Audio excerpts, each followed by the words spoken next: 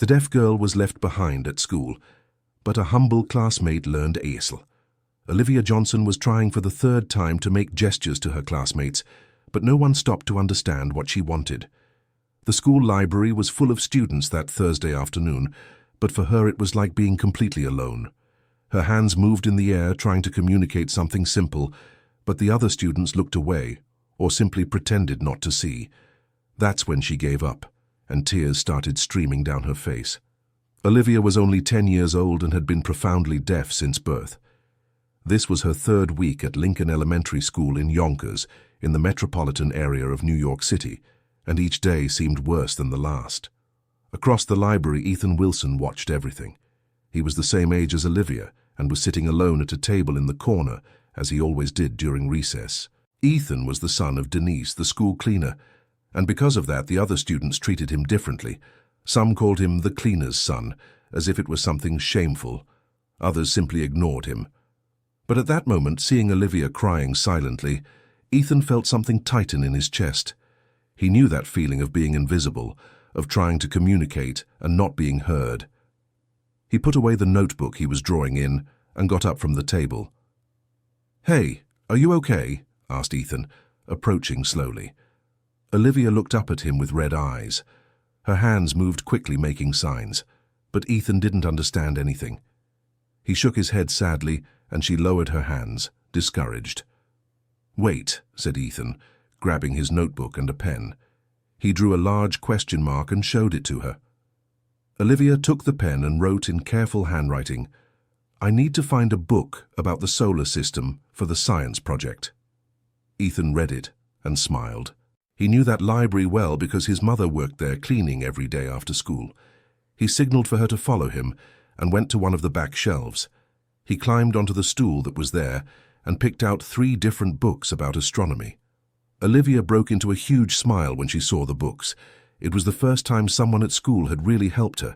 She made a gesture by putting her hands together and tilting her head, and Ethan understood it was a thank you. In the following days, Ethan started paying more attention to Olivia during classes. The teacher, Miss Thompson, had 28 students in her 5th grade class and was always overwhelmed. She spoke quickly, wrote on the board, and rarely looked to see if everyone was following along. Olivia was lost most of the time trying to read the teacher's lips, but without success. Ethan noticed that Olivia copied everything from the board carefully, even without understanding what was written. During group work, no one wanted to be with her. The students said she slowed them down because she couldn't talk normally. Teacher Miss Thompson ended up having Olivia do the work alone. One afternoon, Ethan was waiting for his mother to finish work when he heard voices coming from the principal's office. The door was slightly ajar, and he recognized the voice of Mrs. Henderson, the school principal. "We need to be realistic, Miss Thompson," Mrs. Henderson was saying. "The girl isn't keeping up.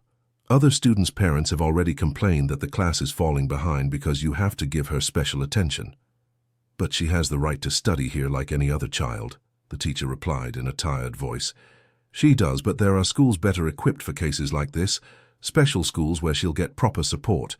Here we don't have the resources, we don't have an interpreter, we have nothing. I'm seriously considering suggesting a transfer to her parents." Ethan felt his heart race. "I couldn't let this happen. Olivia was already suffering so much, and now they wanted to take her out of school." He waited for the voices to stop and ran to find his mother. Denise was finishing cleaning the kitchen when Ethan arrived, breathless. "Mom, do you know what ASL is?" "ASL? Isn't that the sign language that deaf people use?" Denise stopped wiping and looked at her son. "Why do you want to know?" "There's a new girl in my class who's deaf and nobody can talk to her.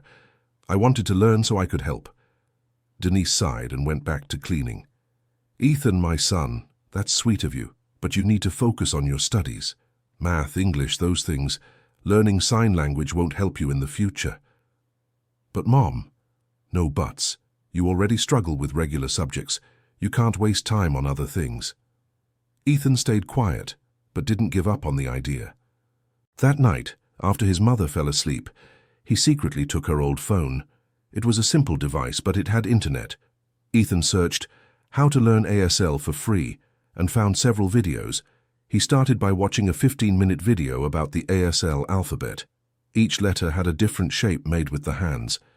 Ethan tried to imitate the movements under the blanket, using the phone's dim light. His fingers wouldn't obey properly, and he messed up many times. A, B, C, he whispered softly, trying to memorize each position. It took him almost an hour just to learn the first 5 letters. His fingers hurt from trying so hard to make the correct shapes. But Ethan didn't stop. He watched the video 3 times before he could do the entire alphabet without mistakes. In the following days, Ethan established a routine.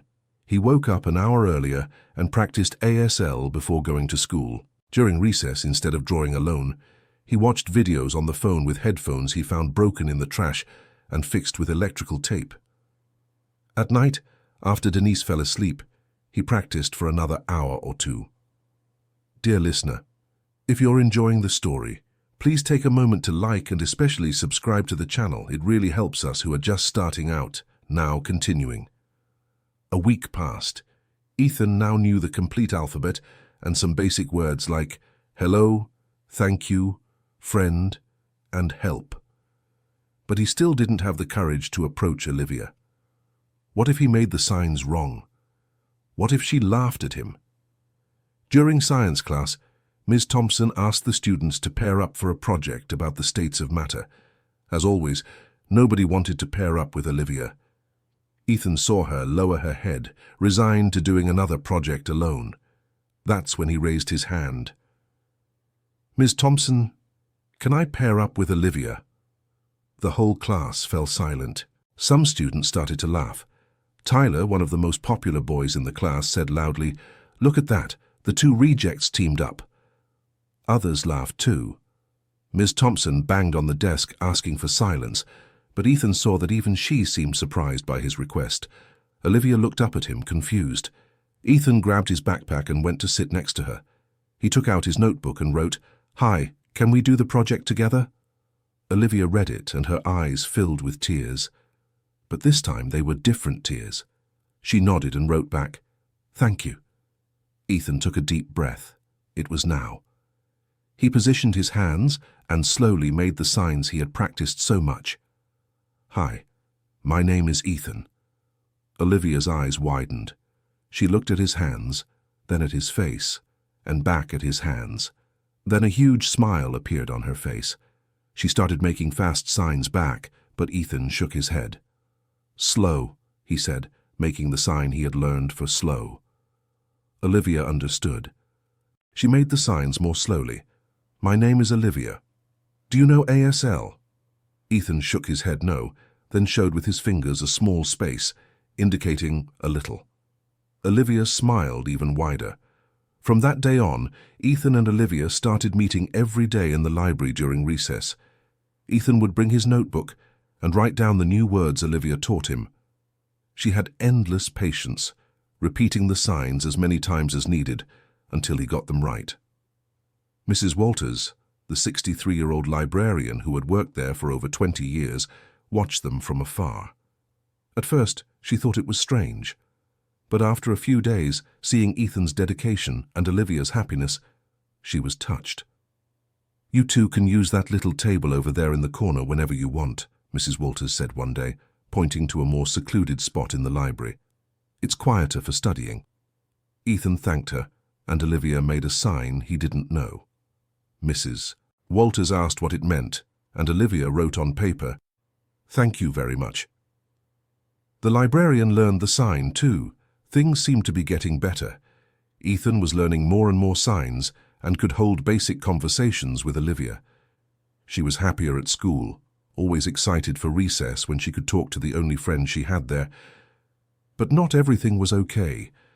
Tyler and his friends didn't like the closeness between Ethan and Olivia.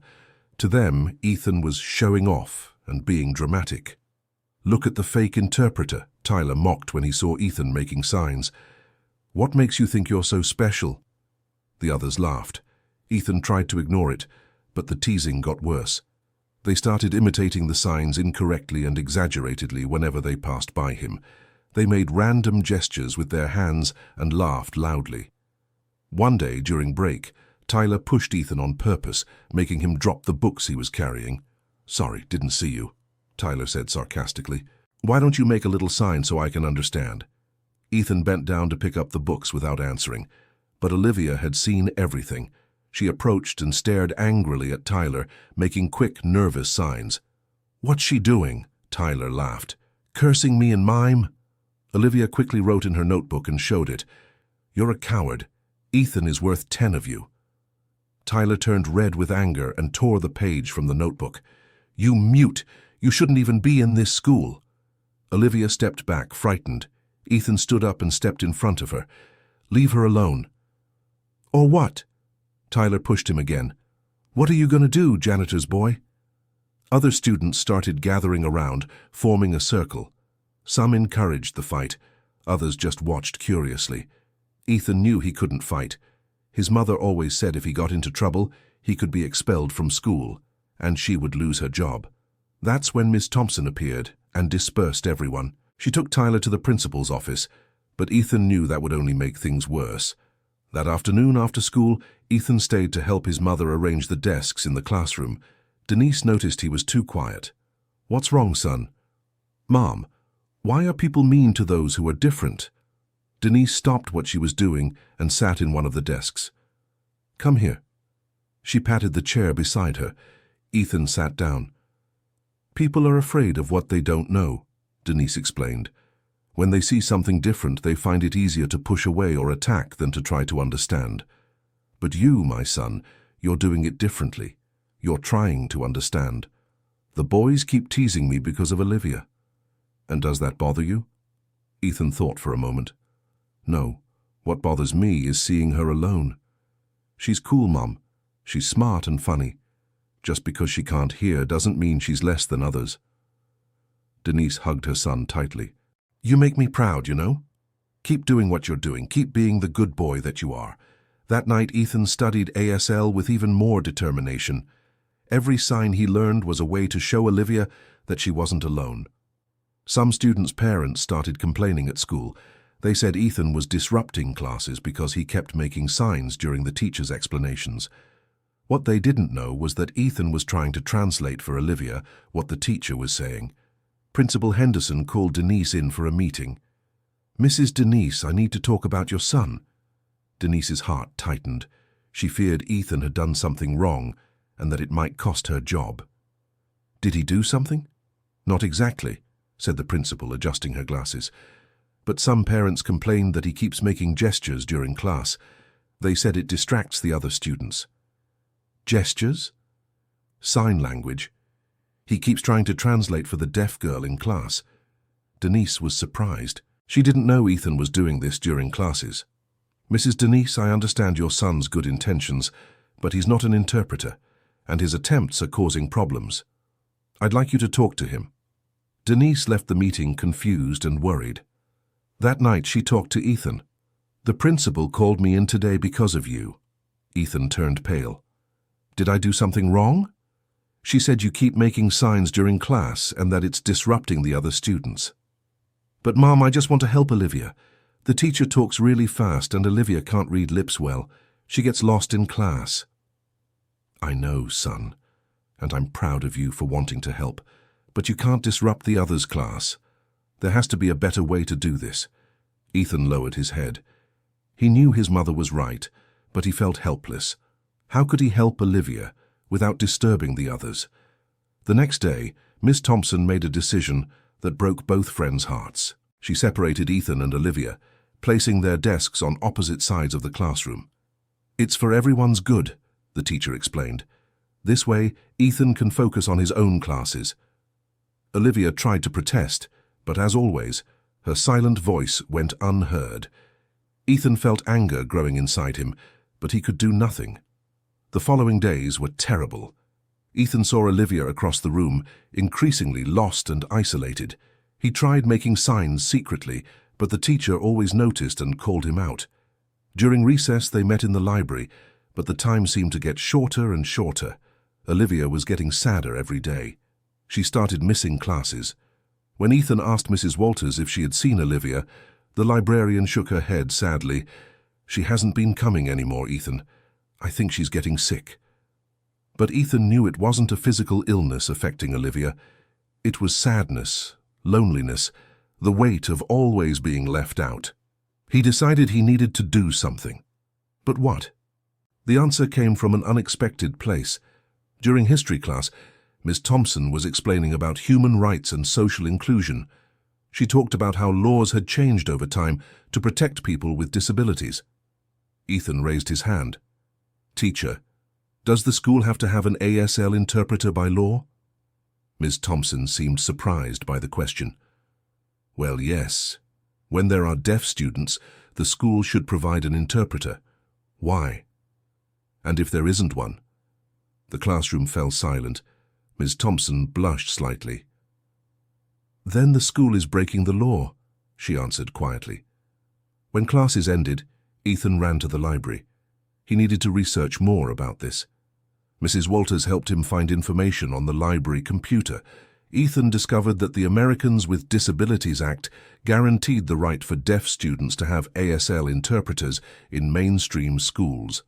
Lincoln Elementary School wasn't providing this for Olivia. What are you going to do with this information? Asked Mrs. Walters. I don't know yet, but this isn't right.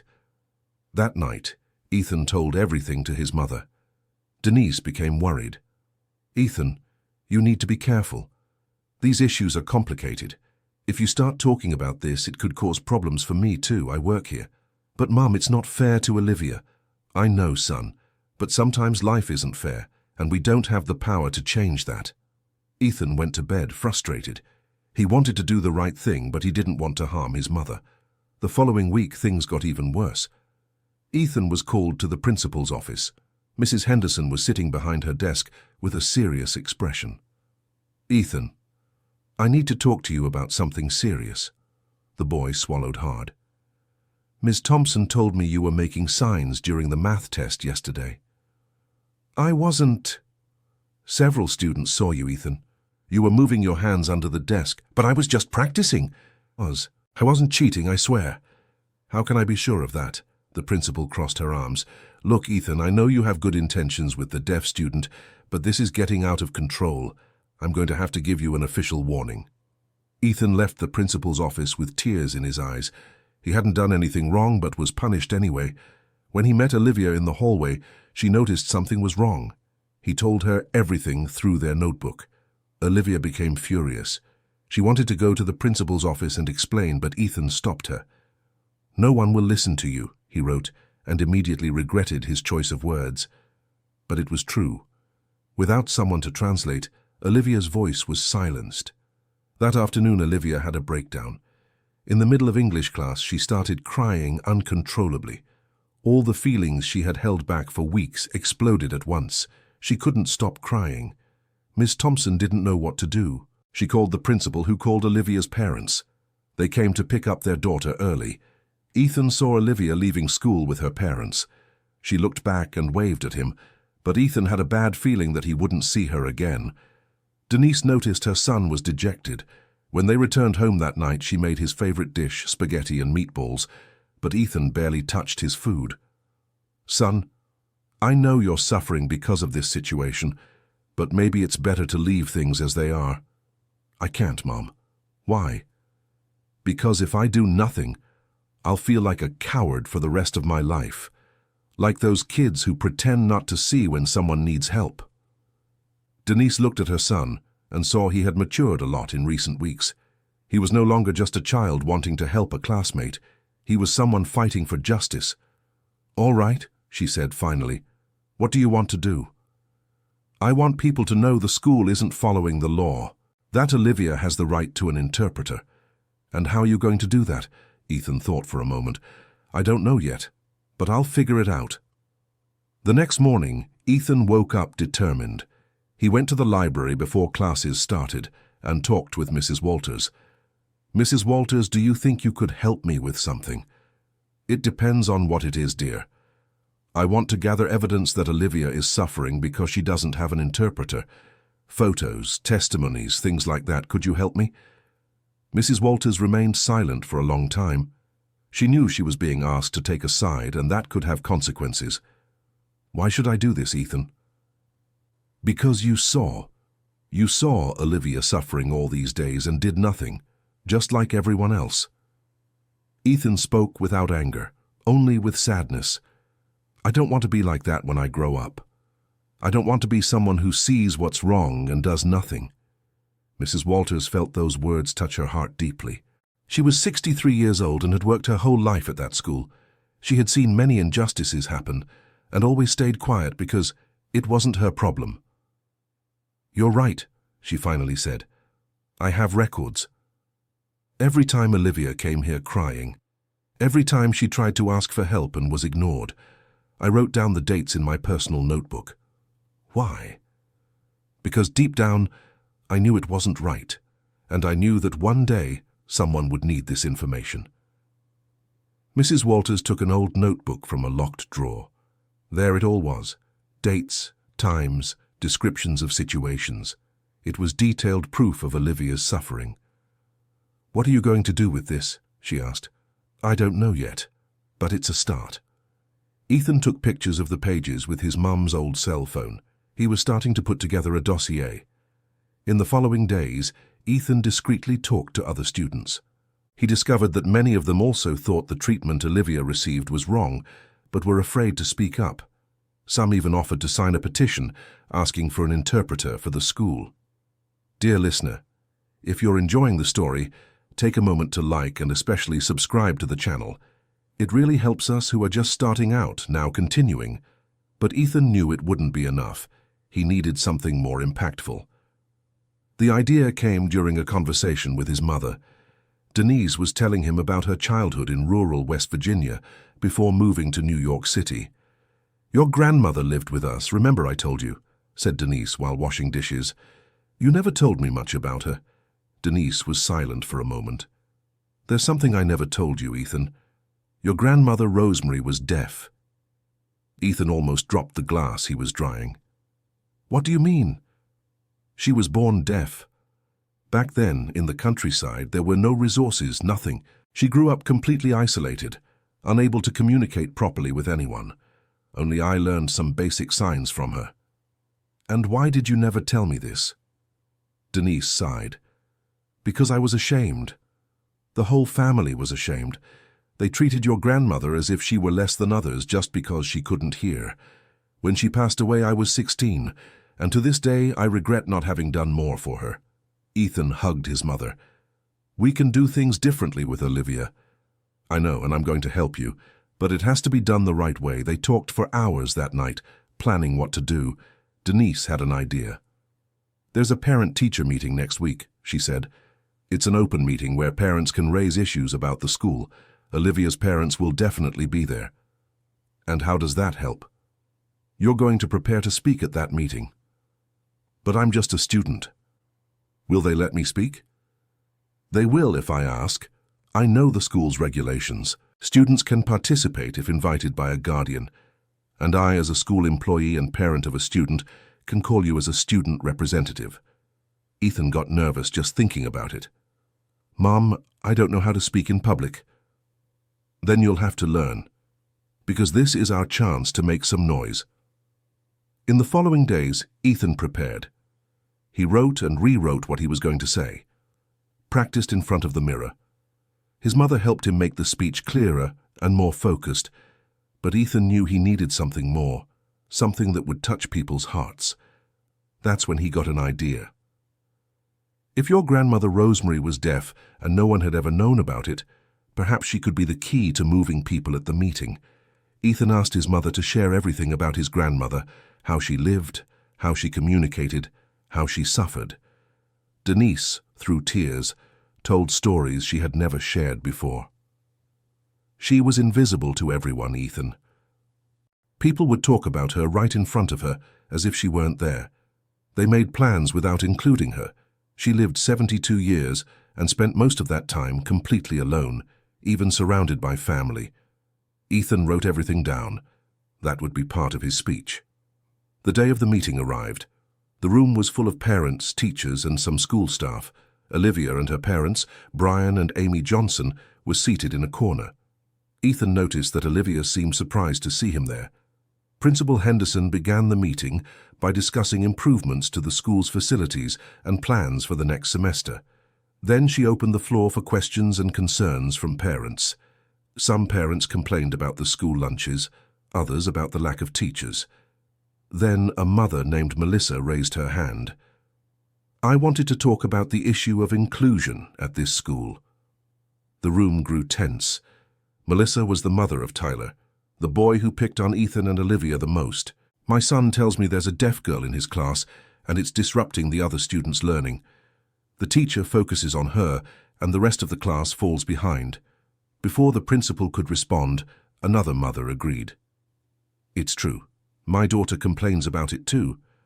Why doesn't that girl go to a school that's prepared for her?" Brian, Olivia's father, turned red with anger. But before he could speak, Denise stood up.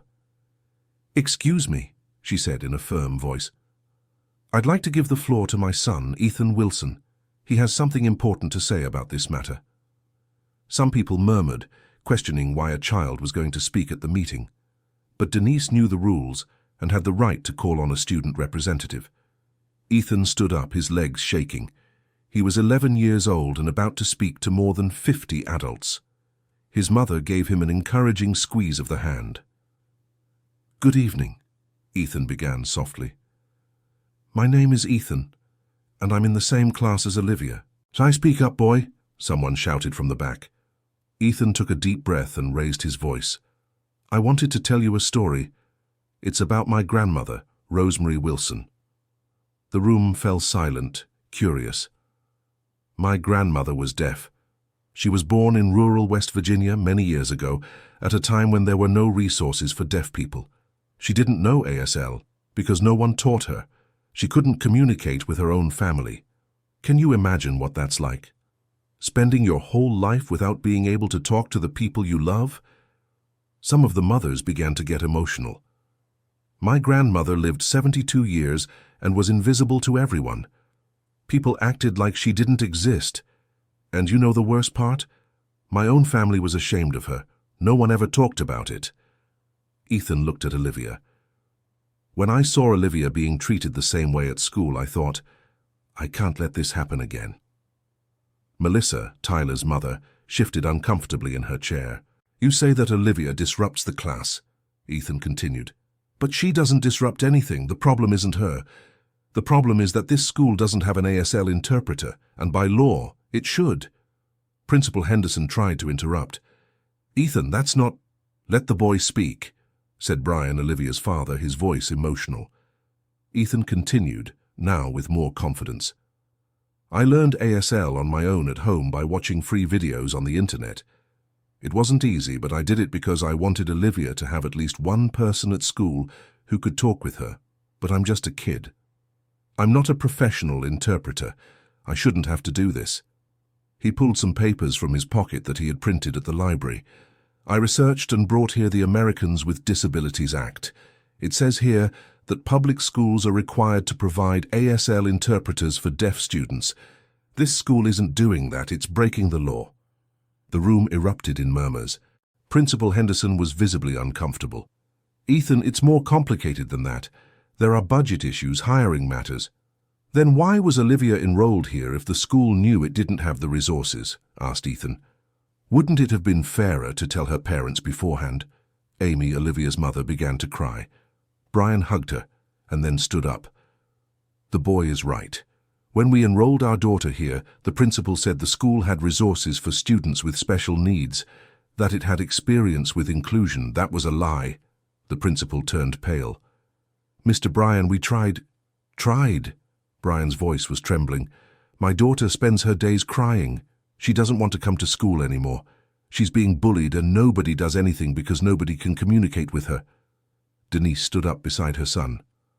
"I've worked here for 7 years. I see everything that happens in this school. And I can confirm Olivia suffers every day, and it's not her fault. It's because of the lack of resources and the lack of willingness to do the right things." Melissa, Tyler's mother, raised her hand again. "But what about the budget? Where will the money come from to hire an interpreter?" That's when Mrs. Walters stood up. The librarian rarely spoke at meetings, so everyone was surprised. "I've worked here for 23 years, she began with a firm voice. "And in these 23 years, I've seen many resources being wasted. Expensive computers that nobody uses, unnecessary renovations, teaching materials that stay boxed up.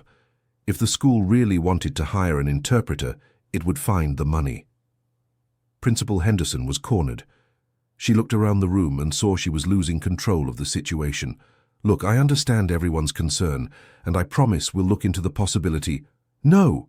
Brian slammed the table. "No more promises, no more stalling. Either this school hires an interpreter, or I'll file a lawsuit against the institution for negligence and breaking the law." Other voices began to support Brian. To everyone's surprise, even Melissa raised her hand again. "Look, I admit I was wrong. I thought the problem was the girl, but I see now that the problem is the lack of resources." She looked at her son, Tyler, who was sitting in another corner. "And I'll also have a serious talk with my son about bullying." Tyler lowered his head, ashamed. The meeting continued for over 2 hours. A committee of parents and staff formed to pressure the city government for resources to hire an interpreter.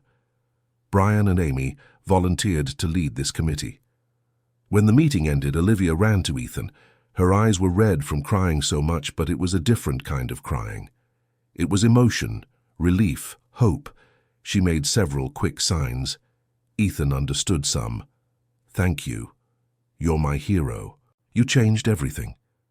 "It wasn't just me," Ethan replied in ASL. "It was everyone who decided to do the right thing." Amy hugged Denise. "Thank you. Thank you for raising such a special son."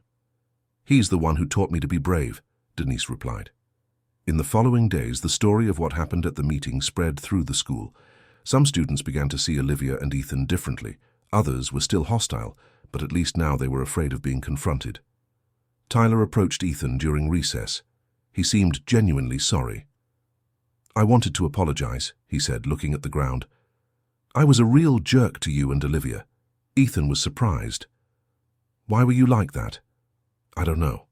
I guess because everyone was doing the same things and I just followed along. My mom talked to me yesterday and made me think. She said I was becoming the kind of person she didn't want as a son. And now? Now I want to do things differently." Tyler looked at Ethan. "Do you think you could teach me some signs?" Ethan smiled. "Sure, come with us to the library during recess." From that day on, the group in the library started growing. First it was Tyler, then 3 more curious students came, then 2 more. Mrs. Walters began setting up more tables to accommodate everyone interested. Ms. Thompson also decided to do things differently. She started studying ASL at home and tried using basic signs during classes. It wasn't perfect, but Olivia appreciated the effort. But the big change was yet to come. 3 weeks after the meeting, the committee managed to get a meeting with the city's education secretary. They brought all the documents, evidence of law violations, and even the local press to cover the story. The pressure worked. The city announced they would hire not just 1, but 2 ASL interpreters, one for Lincoln Elementary School and another for another school in the area that also had deaf students without support. But there was a problem. The hiring process would take at least 2 months, and the school couldn't go that long without offering anything for Olivia. That's when a temporary solution emerged. A teacher named Sarah, who taught another class, volunteered. She had studied ASL a few years earlier out of personal interest and, although she wasn't a certified interpreter, had enough knowledge to help. "It's not ideal," Sarah admitted, "but it's better than nothing. And I'll keep studying to improve." Olivia finally started having real access to classes. Sarah stood by her side, translating the teacher's explanations. For the first time since she'd entered that school, Olivia could follow all the content. Her grades improved dramatically. On the first test after Sarah started helping, Olivia got the highest grade in the class in science. Ms. Thompson couldn't hide her pride when handing back the test. "I always knew you were brilliant," the teacher said. Sarah translated, and Olivia smiled widely. Ethan was happy too, seeing his friend finally being recognized for what she really was, one of the best feelings he'd ever experienced. But not everything was perfect. Principal Henderson, who had been exposed for her negligence, began making things difficult in subtle ways. She scheduled meetings at times when Sarah couldn't attend. changed Olivia's classroom without warning, small acts of sabotage that showed her resentment. Denise noticed what was happening. She knew she needed to be careful because her position as an employee was vulnerable, but she couldn't stay silent either. "Mrs. Henderson needs to leave this school," Denise told Ethan one evening. "She'll never accept doing things right." "How do we do that?" "By documenting everything. Every time she interferes, we write it down, gather evidence, and when we have enough, take it to the school board." That's what they did, Ethan and Denise, with help from Mrs.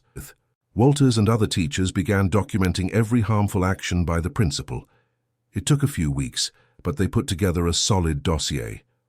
The school board was called for a special meeting. Mrs. Henderson tried to defend herself, but the evidence was irrefutable. She was deliberately sabotaging the school's inclusion efforts.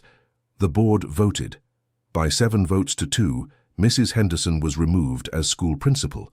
A new principal would be chosen through elections among the school community. The news spread quickly through the school. Some longtime staff who were allies of Mrs. Henderson were upset, but most teachers, students, and parents were relieved. The election for new leadership happened 1 month later. 3 candidates came forward: a physical education teacher, an instructional coordinator, and Mrs. Walters, the librarian. Many thought Mrs. Walters didn't stand a chance. She was quiet, reserved, and had never held a leadership position. But she presented a management plan focused on real inclusion, not just on paper. "I've seen many injustices happen at this school over the years," she said in her campaign speech, "and for a long time I remained silent. But Ethan and Olivia taught me that silence is complicity. If you elect me, I promise a school where no student is left behind." She won the election. Mrs. Walters became the new principal of Lincoln Elementary School. One of the first things she did was implement optional ASL classes for all interested students and teachers. Ethan became a volunteer tutor for these classes, helping classmates who were struggling. Olivia flourished. With full access to classes and school support, she became one of the top students. Her dream was to become a scientist, and now she had all the tools to pursue that goal. But there was still something bothering Olivia. Even with all the changes, she felt something was missing. One day, during recess in the library that now bore the name Rosemary Wilson Learning Center, in honor of Ethan's grandmother, Olivia wrote in her notebook, "I want to do more. I want to help other deaf children." Ethan read it and smiled. "How?" Olivia quickly wrote, "We could make videos teaching ASL, put them online, like the videos you used to learn." The idea was brilliant. They spoke with the art teacher, who agreed to help. They started recording simple videos using the school's cell phone. Olivia taught the signs, Ethan translated into English, and other students participated, showing how learning ASL was easy and fun. Dear listener, if you're enjoying the story, please take a moment to like and especially subscribe to the channel. It really helps us who are just starting out. Now continuing. The videos were posted on a channel created especially for this. Speaking Hands, Learning ASL. The channel started small with only views from family and friends, but it gradually grew. A school in Los Angeles saw the videos and asked for permission to use them with their students, then a school in Chicago, then one in Houston. The channel gained recognition. A local television channel did a story about the project. The piece showed Ethan and Olivia and told the whole story of how it began. A boy who saw a classmate suffering and decided to learn her language. The story went viral on social media. Thousands of people shared, commented, and were moved. Invitations for talks, interviews, and events came in. But what mattered most to Ethan and Olivia were the messages they received. Parents of deaf children thanking them for the videos. Teachers saying they started learning ASL because of them. Other schools implementing inclusion programs inspired by their story. 6 months had passed since Ethan first tried to help Olivia in the library. The school was completely transformed. It now had 2 official ASL interpreters hired. It had regular ASL classes open to everyone. It had signs throughout the hallways identifying rooms and areas. It had a culture of respect and inclusion that hadn't existed before. Tyler, the boy who used to bully, became one of Ethan and Olivia's best friends. He had a special talent for ASL and helped teach the younger students. Denise was promoted from custodian to administrative assistant at the school. The school board recognized her dedication and courage in facing injustices. Miss Thompson became fluent in ASL and began teaching special classes on inclusion and human rights. But even with everything improving, there were still challenges. One day, a new deaf student named Madison was transferred to the school. She came from an institution where she had suffered greatly and was traumatized and withdrawn. Olivia offered to help her adjust.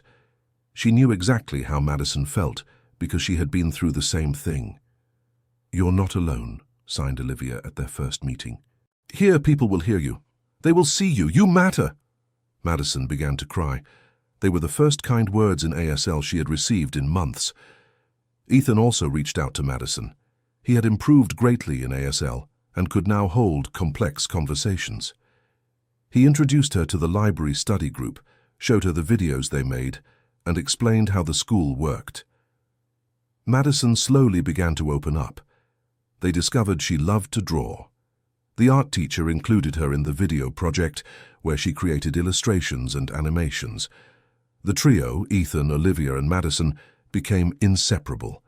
They represented something bigger, proof that inclusion wasn't just a nice word, but something real and possible.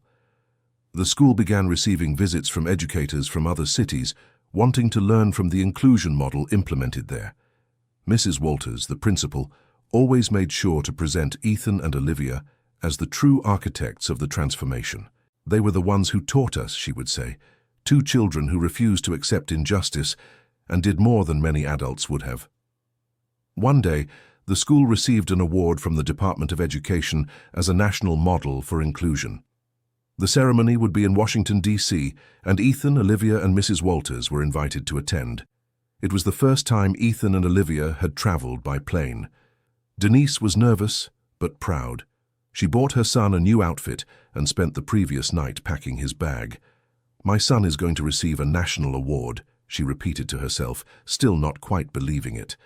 The trip to Washington, D.C. was an adventure.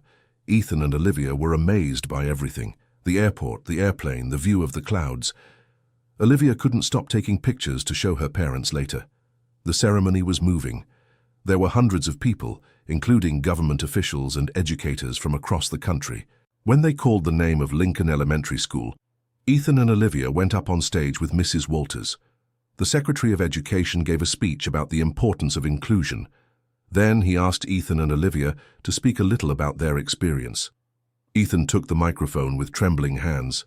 "I didn't do anything special," he began. "I just did what anyone should do. I saw someone who needed help, and I tried to help. The special one was my friend Olivia, who never gave up even when things were tough." Olivia then stepped forward. An ASL interpreter stood beside them on stage. Olivia signed, and the interpreter translated.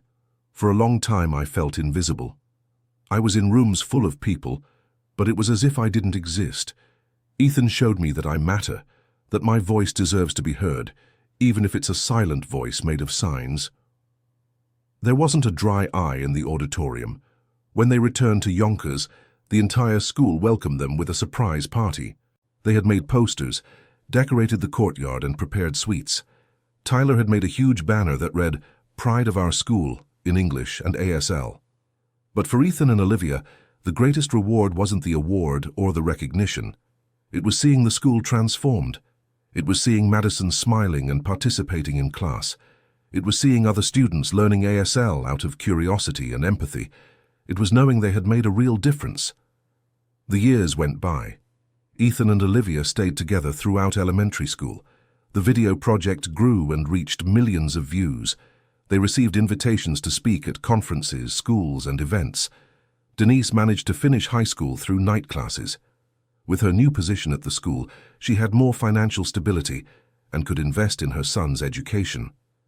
Mrs. Walters became one of the most respected principals in the region. Other schools began copying the inclusion model she implemented. Ms. Thompson wrote an academic article about the school's experience that was published in an education journal. She used Ethan and Olivia's story as an example of how students can be agents of change. Madison developed her artistic talent and started creating comics about the lives of deaf people. Her drawings were used in awareness campaigns about inclusion. Tyler discovered he wanted to become a professional ASL interpreter. He saw it as a way to make up for the harm he had done in the past and help other people. When 9th grade graduation day arrived, the ceremony was special. The school had prepared something different. Besides traditional speeches, there would be ASL performances. Ethan, Olivia, and Madison presented a performance that mixed dance, signs, and music. It was a celebration of everything they had accomplished together. But the most emotional moment was when Olivia was called to the stage to give the graduation speech. She was the class speaker chosen by peer vote. Olivia went up on stage accompanied by the school's official interpreter. She looked beautiful in her blue dress, with her hair tied up with a white bow. She looked at the audience full of family members, teachers, and students. And then she began to sign. The interpreter translated with emotion. "When I arrived at this school, I was scared and alone. I thought it would always be that way, that I would spend my whole life being invisible to people." Olivia paused, her eyes shining. "But then a boy decided I deserved to be seen. I deserved to be heard. And he learned my language." Ethan, sitting in the audience among the graduates, felt tears streaming down his face. "Ethan taught me that helping someone doesn't have to be something big and complicated. Sometimes it's just having the courage to learn a new way to communicate. Sometimes it's just choosing not to stay silent when you see an injustice." Olivia looked directly at Ethan. "He could have ignored me like everyone else, but he chose to do something different, and that choice changed not only my life, but the lives of many other deaf children who came after me." The audience was completely silent, hanging on every translated word. "I want to tell all the students here, you have power. You can make a difference. You don't have to wait until you're adults to change the world." Ethan was 11 years old when he decided to learn ASL. 11 years old. If he could do all this, imagine what an entire class can do. Olivia made a few more signs and the interpreter continued. "Today we graduate and move on to high school. Some will go to different schools, but I hope everyone takes one lesson. Never ignore someone who is suffering. Never think it's not your problem. Because in the end we are all responsible for each other." The room erupted in applause. People stood up. Denise was crying while hugging Olivia's parents, Brian and Amy Johnson. Mrs. Walters was drying her eyes with a handkerchief. Even Tyler, the reformed bully, was emotional. When the ceremony ended and the official photos were taken, Ethan and Olivia stepped away from the crowd. They went to the library, the place where it all began. The space was empty at that hour. The bookshelves full of books, the desk in the corner where they used to study, the ASL posters on the walls. Everything seemed smaller now, but still meaningful. "Do you remember the first time I came here?" signed Olivia. "How could I forget?" Ethan replied in ASL. "You were crying because no one would help you find a book. And you helped me even though you didn't know me. It was the best decision I ever made." Olivia smiled and hugged her friend. "No matter where we go now, I'll never forget what you did for me. It wasn't just for you, it was for us, for all the children who deserve to be truly included, not just on paper." They stayed there for a few more minutes, in a comfortable silence. They didn't need words or signs. Their friendship went beyond any form of communication. When they left the library, they found Madison waiting for them. "I was looking for you," she signed. "Let's take a picture." The three positioned themselves in front of the school. Denise took the photo with the new cell phone she had bought. In the image, 3 smiling young people, hugging, with the school building in the background. It was a simple photo, but it represented so much. It represented friendship, struggle, overcoming. It represented proof that the world can be changed, one person at a time, one choice at a time. In the following years, the trio kept in touch, even though they attended different high schools. Ethan enrolled in a technical school to study programming and was thinking about creating accessibility apps. Olivia went to a science-focused school, pursuing her dream of becoming a researcher. Madison got a scholarship to an arts school. The Speaking Hands channel continued to grow. They recorded new videos whenever they could, now with better production and more resources. The channel had already helped thousands of people learn ASL. Lincoln Elementary School continued to be a reference for inclusion. Every year they welcomed new deaf students, and all of them were well received. The culture that Ethan and Olivia helped create had taken root in the school. Mrs. Walters continued as principal, always faithful to the principles of real inclusion. She created other projects beyond ASL, support for students with physical disabilities, help for students with learning difficulties, anti-bullying programs. Denise became the school's administrative coordinator. She, who started as a cleaner, now held an important position and was respected by everyone. Her son had changed not only the school, but also her life. Tyler graduated from high school and entered a college for languages with a focus on ASL. He wanted to become a professional interpreter and was already interning at schools and events. His mother, Melissa, had also changed. She became an inclusion activist in the community, always telling the story of how her son and Ethan learned about empathy and respect together. Ms. Thompson won an award for Best Educator in the city. In her acceptance speech, she said, "I spent years studying pedagogy, taking courses, reading theories about education. But the ones who really taught me to be a good teacher were my students. It was Ethan, Olivia, and all the others who showed me that education is about seeing every child, hearing every voice, truly including everyone." When Ethan turned 18, he received an unexpected letter. It was an invitation from the Department of Education to participate in a national commission on school inclusion. They wanted him, along with Olivia, to be youth consultants for the program. "This is amazing," Denise said when Ethan shared the news. "My son is going to help create national education policies." Ethan was tempted but also worried. "Am I ready for this, Mom? I just did what I thought was right. I'm not an expert in anything." "You're an expert in caring, and that's what the country needs." Ethan accepted the invitation. He and Olivia went to Washington, D.C. several times over the following months, attending meetings, giving suggestions, sharing their experiences. It was difficult. There was a lot of bureaucracy, many political interests, many people who didn't really want to change things. But Ethan and Olivia persisted, always remembering why they were there. "Every deaf child deserves what you have now," Ethan said in one of the meetings to a group of education secretaries. "It's not a favor, it's a right. And if we don't fight for it, who will?" Their words, young but powerful, echoed in that meeting room in Washington, D.C., and began to plant seeds of real change. Meanwhile, back in Yonkers, Ethan and Olivia's story continued to inspire new generations of students at Lincoln Elementary School. Every year, on the first day of school, Mrs. Walters told the story to the new students. "It all started with a boy who refused to ignore a classmate's suffering," she would say, "and ended with a completely transformed school. Never underestimate the power you have to make a difference." The children listened attentively, many of them already knowing basic ASL signs they had learned at home through the videos on the Speaking Hands channel.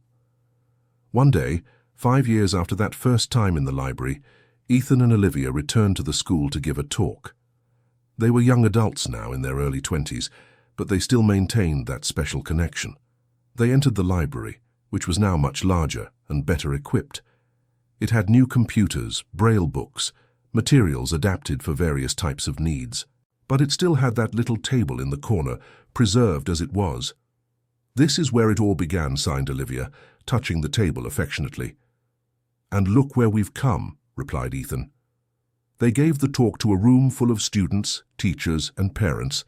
They told the whole story from the beginning, not hiding the difficult parts. They talked about the bullying, about the school's initial neglect, about the obstacles they faced. But they also talked about the transformation, about how people can change, about how a simple action can create waves that spread far beyond what we imagine. At the end, a girl about 10 years old raised her hand. She was deaf and had an interpreter by her side. "Did you ever regret anything you did in this story?" she signed. Ethan and Olivia looked at each other. "I regret not doing more, sooner," signed Olivia, "for accepting being invisible for so long before finding someone who saw me." "And I regret being afraid at the beginning," added Ethan, "for taking a whole week to gather the courage to speak to Olivia for the first time. I saw her suffering and I was paralyzed, but I learned that courage isn't about not being afraid. It's about doing the right thing even when you are afraid." The girl smiled and signed, "Thank you." After the talk, as people were leaving, the girl approached Olivia again. "I want to be like you when I grow up," she signed with admiration. Olivia knelt to be at the girl's eye level. "Don't be like me. Be better. Be yourself, with all the strength you have. And never let anyone make you feel that you are less for being deaf. Your voice is as important as anyone else's." The girl hugged Olivia tightly and ran off excitedly to find her parents. Ethan watched the scene with a smile. She's going to do amazing things. Like we did. Better than us. Because she's growing up in a slightly fairer world, thanks to what we started. As they were leaving the school, they met Denise. She was almost 50 now, her hair starting to turn grey, but with the same warm smile as always. "My son, the speaker," she said with pride, hugging Ethan. "Mum, stop. You're embarrassing me." "Let me be proud. I have that right. You don't know what it's like to see your child change the world." "I didn't change the world, Mom. I just tried to do the right thing." "And isn't that what changes the world? One person at a time doing the right thing?" Ethan had no answer for that. He just hugged his mother tighter. Olivia said goodbye and went to meet her parents waiting outside. Brian and Amy had aged too, but they were happy and proud of the daughter they'd raised. "Ready to go?" signed Brian. "Ready, but first I want to show you something." Olivia took her parents to the bulletin board at the school entrance. There was a framed photo, her and Ethan at 10 years old, sitting at that little library table, smiling while practicing signs together. Under the photo, a plaque, "Where the transformation began 2025.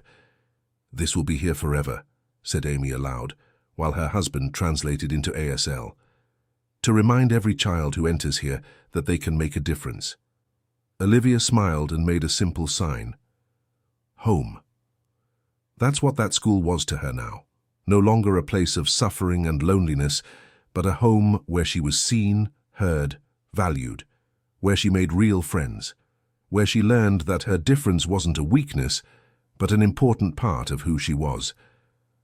Ethan left the school with his mother and looked back one last time. Children were playing in the yard, and he saw some of them making signs while talking. ASL had become a natural second language at that school. "Are you happy?" asked Denise. "Yes, Mom. Very happy. Even with all the challenges, all the difficulties. Especially because of them. They showed me I can make a difference. That anyone can if they have the courage to try." They walked together down the familiar street of Yonkers. The sun was setting, painting the sky orange and pink. It was an ordinary day, but also special. Every day was special when you knew you'd done something good in the world. That night Ethan updated the Speaking Hands channel with a new video. It wasn't an ASL lesson, but a testimony.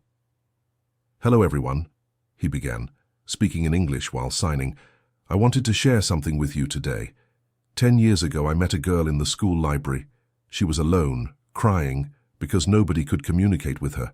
I could have ignored her like everyone else did, but I decided to try to help, and that decision completely changed my life." Olivia appeared in the video beside him, "and it changed mine too," she signed, with Ethan translating. "Ethan taught me I wasn't alone, that my voice deserved to be heard, and together we didn't just change our school, but inspired changes in schools across the country. The reason I'm telling this today," Ethan continued, "is because I want you to know. You don't need to be adults to make a difference. You don't need power or money. Sometimes all you need is to care enough to try. If you see someone being left out, don't ignore it," signed Olivia. "If you see an injustice, don't stay silent. You have more power than you think. And if you're a deaf person watching this," Ethan signed with more emphasis, "know that you matter. Your voice matters. Don't let anyone make you feel invisible, because you're not." They ended the video together, making the sign for thank you and then love. The video got thousands of views in the first hours. The comments were full of emotional messages from parents, teachers, and young people inspired by the story. "My deaf son just watched this and is crying with happiness. Thank you for giving him a voice," wrote one mother. "I'm a teacher and I'll use this video in my lessons about empathy and inclusion. commented an educator. "I'm 14 years old and started learning ASL after watching your videos. Now I help a deaf classmate at school," shared a teenager. The messages kept coming in. Each one represented a life touched, a mind changed, a heart opened. Ethan and Olivia read the comments together, moved. This was bigger than they had ever imagined when they started. "We really made a difference, didn't we?" Ethan signed. "We did," Olivia confirmed. "But this is just the beginning." She was right. In the following years, Ethan graduated in technology and began developing accessibility apps. His first app translated audio to text in real time and worked offline, perfect for deaf people in places without internet. Olivia became a biologist and researcher. She specialized in accessibility and sciences, creating adapted teaching materials for deaf students. Her master's thesis on inclusion of deaf students in exact sciences became a national reference. Madison became a professional illustrator and created a series of children's books about children with disabilities. Her books were used in schools across the country to teach about inclusion and empathy. Tyler became one of the most in-demand ASL interpreters in New York City. He worked at events, schools, and even in courtrooms, always proud to say that he learned ASL because of a lesson he received when he was 11 years old. Denise retired from the school after 25 years of service. At her retirement party, she received a special tribute. A study room at the school was named Denise Wilson Study Hall, mother of a citizen. "I started as a cleaner," she said in her speech, with tears in her eyes. "People looked at me as if I were invisible. But my son taught me that no one is invisible, that everyone deserves respect and dignity. And today I leave here with my head held high, knowing that I made a difference in the lives of many children." Mrs. Walters continued as principal until she retired too, at 70 years old. Under her leadership, the school won 4 more national awards and became a model for public inclusion policies. Ms. Thompson wrote a book called When Students Become Teachers, telling transformation stories she witnessed in her career. The most moving chapter was about Ethan and Olivia, but the story didn't end there. The seed planted by 2 children in a library in Yonkers kept growing, spreading, bearing new fruits. Other schools adopted the inclusion model. Other children learned ASL. Other teachers became more attentive and empathetic. Other parents understood the importance of teaching respect for differences. And somewhere in the United States at this very moment, there is a deaf child who is being seen, heard, truly included. And that is thanks to Ethan, Olivia, and all the people who chose to do the right thing, even when it was hard. Because in the end, that's how the world changes. One choice at a time, one person at a time, one act of kindness at a time. 10 years after that day in the library, Ethan and Olivia met for coffee. They did this every month, no matter how busy they were. That friendship was sacred. "Sometimes I still can't believe everything that happened," sighed Olivia, taking a sip of coffee. "How it all started with you simply being kind. It wasn't just kindness, it was justice. You deserved to be treated like everyone else. But not everyone thought that way. You could have left things as they were. Your life would have been easier." Ethan shook his head. "It would have been easier, but it wouldn't have been right. And my mother always taught me, what's right isn't always easy, but it's still right." Olivia smiled. "Mrs. Denise is wise." "Yeah, and you are too. You were so strong through all of that. I don't know if I could have handled half of what you went through. We handle it because we have no choice. But having you by my side made all the difference." They sat in comfortable silence for a moment, each lost in memories. "You know what I think about sometimes?" Olivia sighed. "I think about all the deaf children who went through similar situations and didn't have an Ethan. All those who were ignored, left out, who gave up on school because it was too hard. That's why we keep doing what we do," Ethan replied. "So fewer and fewer children have to go through that. Do you think we succeeded? Made a real difference?" Ethan pointed outside the coffee shop window. On the sidewalk, 2 children were chatting in ASL, laughing and playing normally. Their parents watched with smiles on their faces. "We did it," he said. "Look, ASL isn't something strange anymore. It's normal, it's accepted. There's still a lot to improve, but we planted important seeds." Olivia saw the children and felt a wave of emotion. That was all she ever wanted. A world where being deaf wasn't a barrier but just a characteristic.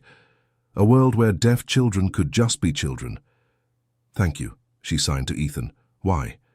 "For everything. For caring when no one else did. For learning my language. For fighting for me. You don't have to thank me. You would have done the same for me." "I would. And I'd do it again, 1,000 times." They finished their coffee and walked together through the streets of Yonkers. The city had changed a bit, new buildings, new stores, but its essence was the same.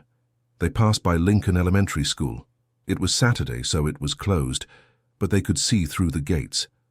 The playground where Ethan used to be alone. The library where they met for the first time. "This place changed our lives," Olivia signed. "No, we changed this place, and by changing it we changed our lives." They stood there for a few minutes, just looking. It was impossible not to feel a wave of nostalgia. "Have you ever thought about what we would have become if we hadn't met?" Olivia asked. Ethan thought for a moment. "Honestly, no, because it's impossible to imagine my life without you in it. You're not just my friend, you're part of who I am." Olivia hugged Ethan tightly. "And you are part of who I am. The best of me exists because you showed me I could be more than that invisible girl crying in the library." They separated and continued walking. The sun was setting again, just like that day 10 years ago when they began this journey. "Do you think it will ever end?" Olivia signed. "This fight for inclusion?" "I don't know. Maybe it will never completely end. There will always be new challenges, new barriers to break. But the important thing is that each generation leaves the world a little better than they found it." "And do you think we did that?" Ethan looked at his friend and smiled. "Yes. Definitely yes." And it was true. Ethan and Olivia, two children who refused to accept injustice, had left the world better, not because they did something grand and impossible, but because they did something simple and human. They cared. They cared when it was easier to ignore. They fought when it was easier to give up. They persisted when it was easier to accept. And that choice, that moment in the library 10 years ago, when Ethan decided to help a crying classmate, created ripples that spread far beyond what they ever imagined. Schools changed, laws were enforced, children were included, lives were transformed. All because an 11-year-old boy learned ASL to be able to talk to a deaf classmate. End of story. Now I want to hear from you. What did you think of Ethan and Olivia's story? Do you believe children can make a difference in the world? Leave your opinion in the comments, and don't forget to subscribe to the channel so you don't miss other moving stories. Your like is very important to us.